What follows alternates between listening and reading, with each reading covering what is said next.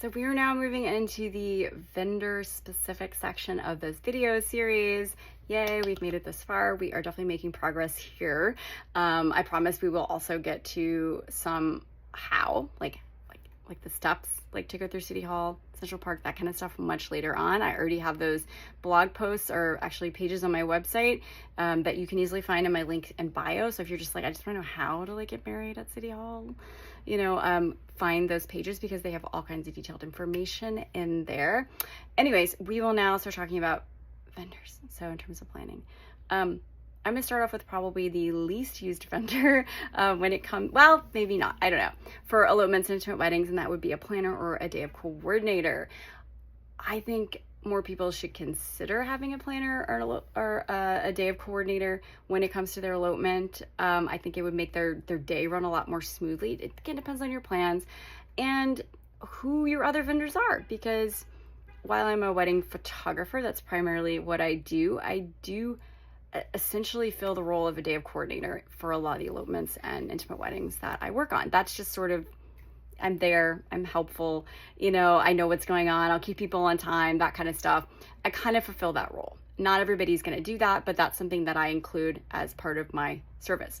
That said, there are things that I simply can't do, and there have been situations where I photographed weddings where there was a coordinator or a planner involved.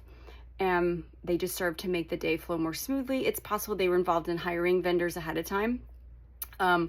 A lot of times there's not as many vendors involved, so the couple will take on that role themselves, but maybe you're really busy, and you need a planner. And there are planners who specialize in putting together intimate weddings. Everything's gonna be linked to my recommended vendors, and I do have some planners in there who specialize in intimate weddings, or even just in consulting to help sort of fulfill that role if it goes beyond the sort of thing that, like, say I would normally do, or if you're not working with someone like me. But so basically a planner can help in terms of advanced planning, booking, researching, especially if you're like, say, oh, we have 30 people and we want to have dinner at a French restaurant that has a beautiful, private dining room. We want to know what all the options are, what the prices are, what the menus are, and we need somebody to coordinate that. We need somebody to book, this kind of the travel planning as well. And I do work with the travel agent. I can help as well in terms of travel specifically, but a planner could even assist with a room block, depending on how many people that, you're having.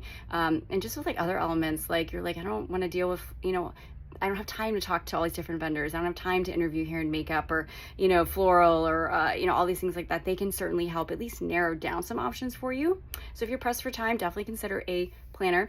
Again, day of coordination is something that it's possible that your venue provides, that if you're doing something more simple, like say City Hall, and then you're having a dinner for like 30 people, that restaurant might provide somebody. The only downside with some of these is that sometimes people aren't necessarily wedding professionals. They don't know everything when it comes to weddings. They're just really not trained in that. They're really they're sort of trained to facilitate the catering, but they may not be as helpful when it comes to organizing a ceremony. It really just depends. So it can be nice to hire your own person to do that. I've had situations, unexpected places where I thought people would communicate better, and there really was nobody in charge. And there was a hotel involved, there was a restaurant involved, and it's like, I thought that there was one person who would coordinate all of this, where we can go, what time things are happening, like setup, all that kind of stuff, and that just wasn't really happening. So having had a third party in that case would have been really helpful. That was an intimate wedding. And again, I don't see this as much with elopements, but with intimate weddings, especially if it's more complicated and there's a ceremony involved and there's people, it can be a really valuable thing to have somebody to do that. And again, if it falls outside of the scope of sort of like really basic coordination, which is what I do for my couples. And again, I will make suggestions too. I have this list of vendors that I recommend, especially for hair and makeup and florals, but again, you could be looking for something more complicated and might need a little bit more help in order to ensure that your day runs as smooth as possible. That really is the ultimate goal. And it's why I mention this too, is because if you're having to deal with problems or with confusion or things, it takes away from your wedding experience, and it can take away from your photographs. And I don't want that. I want you to have great photographs, and I want you to have this flawless and amazing day.